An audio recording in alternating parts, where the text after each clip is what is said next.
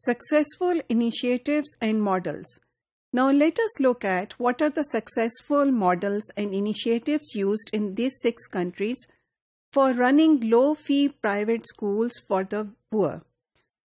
इनको पढ़ना इसलिए या इनको समझना इसलिए ज़रूरी है because once you know what these models are, you can bring them in your own context. However, before these are implemented, one must keep in mind कि the context is very important.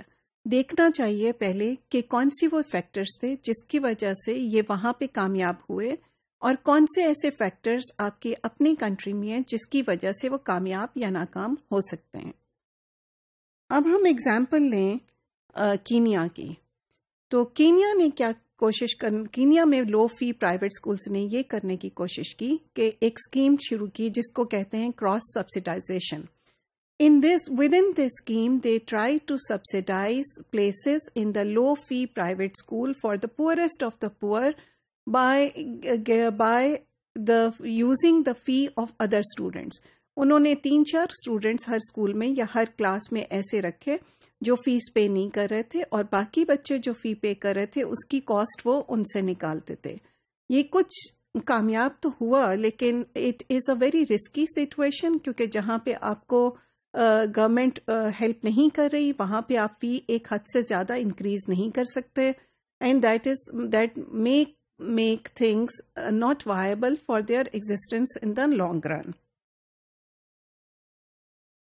एक और interesting Kenya की example लें तो there is this program of school in a box.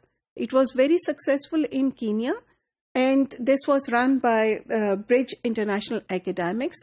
Bridge International Academics ने क्या किया कि with the help of the community they tried to establish low fee schools for the poorest. और उसके लिए उन्होंने क्योंकि कीनिया में schools को कायम करने के लिए आपको land की ownership is very important and on the other hand gaining land ownership is a huge problem in Kenya.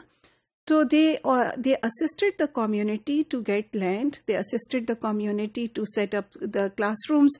They even gave them curriculums. They gave them the teachers and head teachers को उन्होंने training भी दी और 5 महीने में a school was up and running.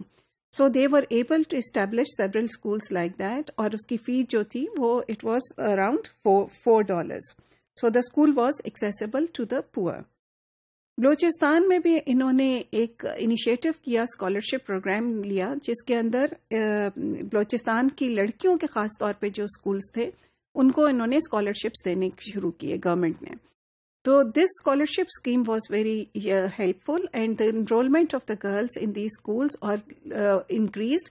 Not only increased बल्कि ज़्यादा school आ गए ऐसे स्प्रिंग अप हुए जो लड़कियों को एजुकेशन दे रहे थे. और फिर उसके बाद आपको ख्याल होगा कि इनके अलावा फिलीपींस की अगर आप एग्जांपल लें तो फिलीपींस में गवर्नमेंट ने क्या किया, उन्होंने खाली स्पेसेस जो थी स्कूल्स में कुछ स्पेसेस खरीद ली.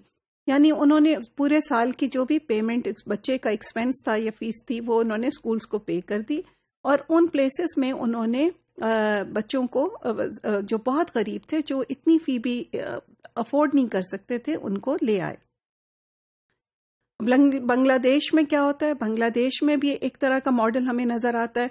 बांग्लादेश में गवर्नमेंट ये करती है कि वो फी जो होती है प्राइवेट स्कूल्स की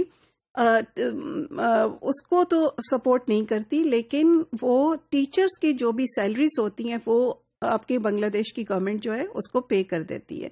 लेकिन ये वो स्कूल्स की बात कर रहे हैं जो कि रजिस्टर्ड है और फिर जाहिर है इसके थोड़े से रेगुलेटरी सिस्टम्स होंगे जिसके थ्रू इनको आना होता है. तो इस तरह के जो स्कॉलरशिप प्रोग्राम्स और वो होते हैं ये सब इसका मकसद असल में ये होता है कि जो आपके लो फी प्राइवेट स्कूल्स हैं उनकी आउटरीच जो है वो बिल्कुल गरीब से गरीब तर इंसान तक हो सके. अगर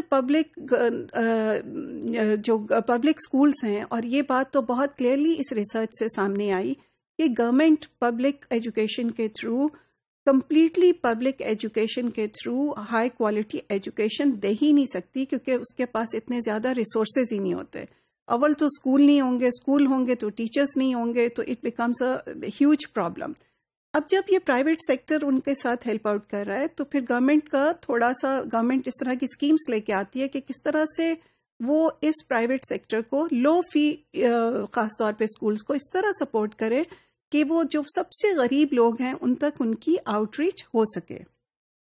سو ہم نے دیکھا کہ اس طرح کے اسکالرشپس دیے گئے کینیا میں، جنہوں نے پھر اسٹریٹ چلڈرن ان اسکولس میں آئے. ایڈس کے جو آرفنس تھے جو بچے، وہ جمائکا میں بھی کینیا میں بھی there were special places reserved for these children, and there are several schools in Ghana and Kenya and India جس کے اندر ہمیں نظر آئے.